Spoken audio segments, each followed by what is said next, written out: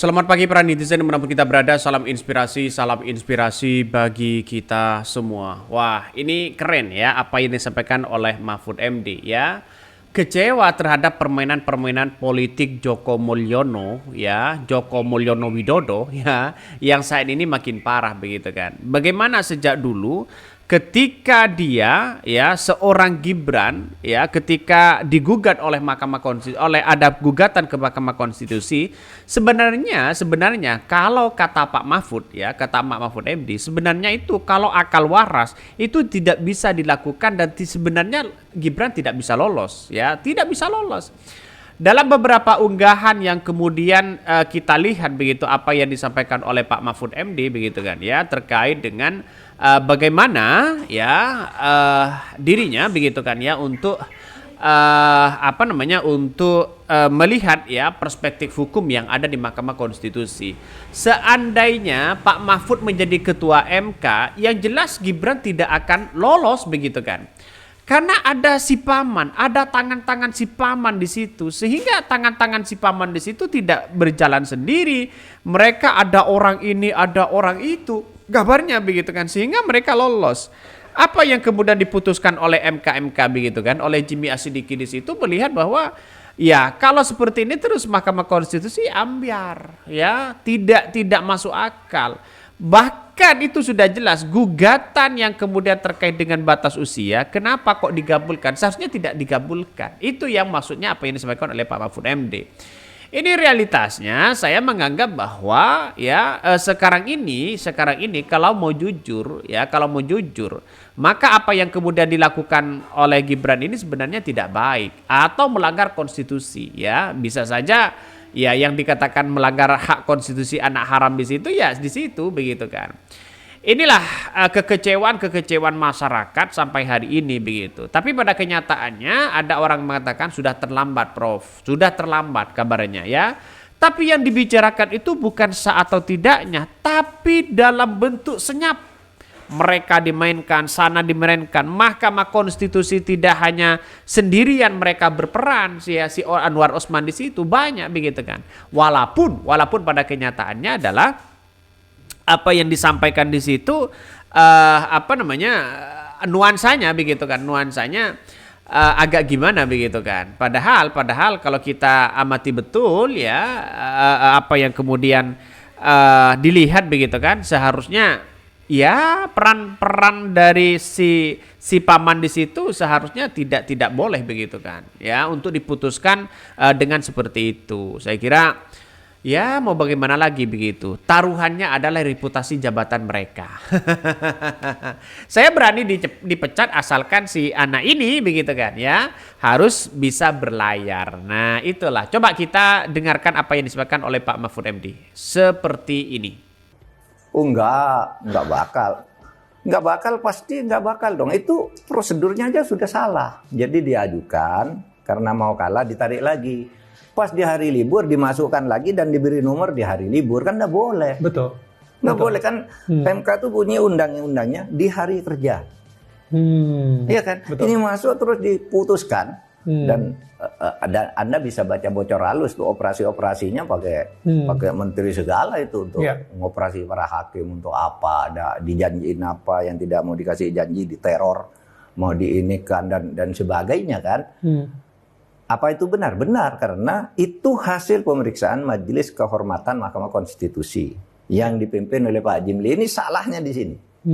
MK membiarkan dirinya diatur oleh orang luar. Nah, kan gitu kan keputusannya kan. Dan siapa yang digunakan untuk ketuanya? Ya. Anwar Usman. Dan ketuanya sepertinya udah siap. Siap. Iya. Ya udah gue salah gitu kan. Ya. Yang penting gimana masuk jadi wakil presiden gitu. Udah siap salah gitu. Nah di situ kan ini main-main dengan hukum, bahaya loh. Mas Daniel sebenarnya tahu nih ke pemirsa Anda semua ini. Sebuah negara kalau hukumnya dimain-mainkan itu akan hancur. Ya. Akan hancur. Kita jaga bersama lah. Gini loh. Berpolitik, memperoleh kekuasaan, mengambil rezeki dari kekayaan negara itu hak dari kita semua. Karena dulu kita tahun 45 kita merdeka karena rezeki ini dimakan oleh penjajah. Mari kita atur bersama. Mau jadi penguasa, ayo kita atur. Rebut sebaik-baiknya rebut. Tetapi jangan merusak hukum. Karena Anda ngerebut kekuasaan, ngerebut rezeki, sumber daya alam dengan cara melawan hukum, itu hanya menyimpan kebusukan yang pada saatnya akan hancur sendiri. Alam akan turun tangan, kan gitu kan? Itu kalau orang Jawa tuh bilang mestakung, semesta mendukung, mendukung kebenaran. Semesta akan mengatur agar semuanya berjalan normal. Itu filosofi orang Jawa. Nah itu ya untuk kita semua, mari kita bersaing, rebut rezeki sebanyak-banyaknya, rebut kedudukan sebanyak-banyaknya, tapi jangan curang. Dan untuk tidak curang itu ada aturan yang harus diikuti oleh siapapun, termasuk oleh presiden sekalipun. Tapi Pak, belum dijawab nih Pak. Tadi kan saya udah mention Raja Jawa gitu kan. Nah itu yang si Pak Bahlil bilang soal Raja Jawa, dan habis itu begitu tanya hilang sekarang Pak Bahlil. Gak mau jawab apa-apa gitu. Tapi jawab apa-apa. Iya, mungkin Pak Mahfud mendengar sesuatu juga soal ya, itu. Tadi saya akan menyebut di Indonesia tuh ada kearifan. Kearifan Indonesia, kearifan budaya bangsa yang lalu mengatakan kalau orang sudah terlalu berlebihan itu Tuhan akan membuka jalan untuk kebaikan, mestakung, semesta akan juga membuat situasi. Nah menurut saya kasus Bahlil itu cara Tuhan juga menggempur kebekuan demokrasi, karena itu sudah keterlaluan. Lalu dia bicara soal Raja Jawa yang tidak dia pahami. Nah, katanya, ngeri nih Raja Jawa nih, kita bisa habis nih kalau kita main-main sama Raja Jawa. Nah, kasih paham Kak. Satu, pertama orang lalu asosiasinya ke bosnya Bahlil, kan gitu. Itu kan sehingga dia harus ikut apapun. Tapi asosiasi masyarakat lain, orang Jawa tersinggung. Raja Jawa itu tidak seperti itu. Raja Jawa tidak seperti itu. Sultan Jawa lah ya maksudnya. Iya, gini, saya ini sekarang bekerja pada Raja Jawa. Saya ini menjadi Ketua Dewan Paramporo Projo di Yogyakarta. Itu Dewan Pertimbangan Sultan Hamengkubuwono X. Nah itu yang raja itu dia sekarang nih. Raja Jawa secara politik nggak ada. Betul. Raja Kalimantan politik nggak ada. Tapi raja kultural Jawa itu Sultan Hamengkubuwono. Nah ini orangnya nggak bengis juga, nggak nakutkan gitu. Maka orang-orang Jawa yang merasa punya raja itu Raja Jawa baik-baik aja kok. Masa Jawa membuat orang takut gitu. Nah, itu asosiasi pertama, orang Jawa marah. Yang kedua, orang politik marah juga. Oh, ternyata dia dikendalikan oleh orang tidak benar yang disebut Raja Jawa, sehingga lalu itu bermunculan pada hari yang sama kan dengan munculnya putusan MK tanggal 20 kan itu. Betul. Nah, Bahlil itu mengatakan itu tanggal 21 ketika balik sidang. Ya kan? Nah di situ rakyat lalu organik muncul gitu. Jadi ya memang bagi orang Jawa menghina kalau dibilang Raja Jawa itu kejam nih, susah kita nih kalau kan gitu. Nah, jadi Raja Jawa ada enggak? Ada secara kultural. Tapi secara politis enggak ada lagi. Dan Pak Mahfud adalah salah satu penasehat. Saya penasehat sampai hari ini. Saya sejak tahun 96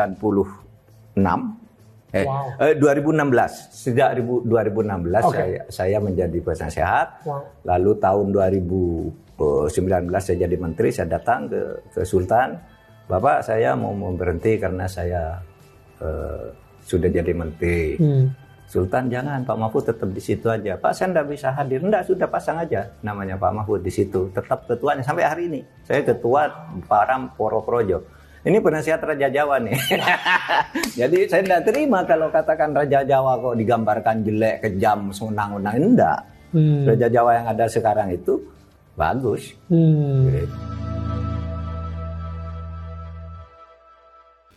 Itulah tadi apa yang disampaikan oleh Pak Mahfud MD. Ngeri-ngeri sedap ternyata begitu kan. Ditambah lagi dengan kepemimpinan Mulyono hari ini. Baca ini. Mahfud MD kecewa permainan politik Joko Mulyono Widodo ya makin parah.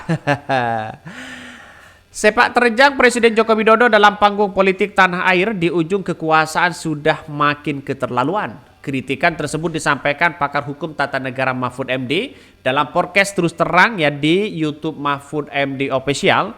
Mahfud mencontohkan kasus putra sulung Jokowi Gibran Raka Buming Raka yang diloloskan Mahkamah Konstitusi atau MK untuk ikut kompetisi di Pilpres 2024. Putusan peradilan meski salah harus diikuti kan kata Mahfud.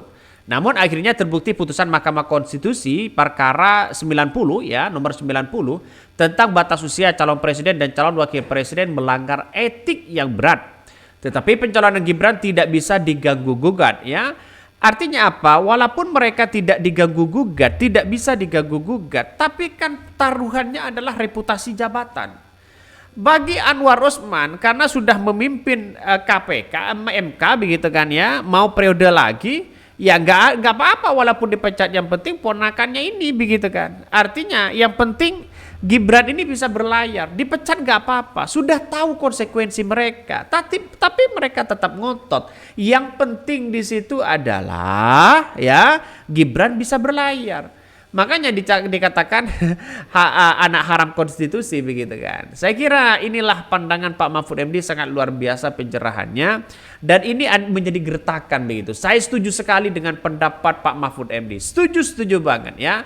Orang-orang yang kemudian tidak setuju dengan pendapat hari ini dengan hukum-hukum yang ada, saya kira tidak ya mungkin kurang waras lah begitu kan ya. Padahal batas usia sudah tidak boleh malah digugat begitu. Ini maksudnya gimana? Makanya dengan adanya seperti ini saya kira ini perlu menjadi tamparan keras kepada orang-orang mereka. Tapi masyarakat sudah cerdas begitu. Benar apa yang disampaikan oleh Pak Mahfud MD itu begitu. Saat masih di kabinet Menko Polhukam 2029-2024 ini mengaku sudah mengingatkan Presiden Jokowi agar tidak main-main dengan hukum. Tapi secara politik Pak Mulyono makin parah mainnya. Kemudian main lagi di MA. Demikian kata Pak Mahfud. Diketahui Mulyono merupakan nama kecil dari Presiden Joko Widodo. Ngeri-ngeri sedap bos permainan-permainan seperti itu begitu kan. Saya kira apa yang kemudian disampaikan oleh Pak Mahfud ini benar begitu kan. Seharusnya itu tidak boleh digugat dengan batas usia situ begitu. Batas usia ya harus harus 40 begitu kan ya, karena Gibran tidak nyampe, maka kemudian dibuatlah bahwa gugatan-gugatan itu adalah yang penting ya pernah menjadi kepala daerah. Ini kan susah begitu. Jadi saya kira dengan adanya seperti ini, saya kira pengalaman itu kalau dari kepala daerah kalau tidak punya prestasi ya percuma aja mereka. Walaupun mereka punya tahu ya sudah menjabat kepala daerah, tapi kalau tidak punya prestasi ya gimana begitu.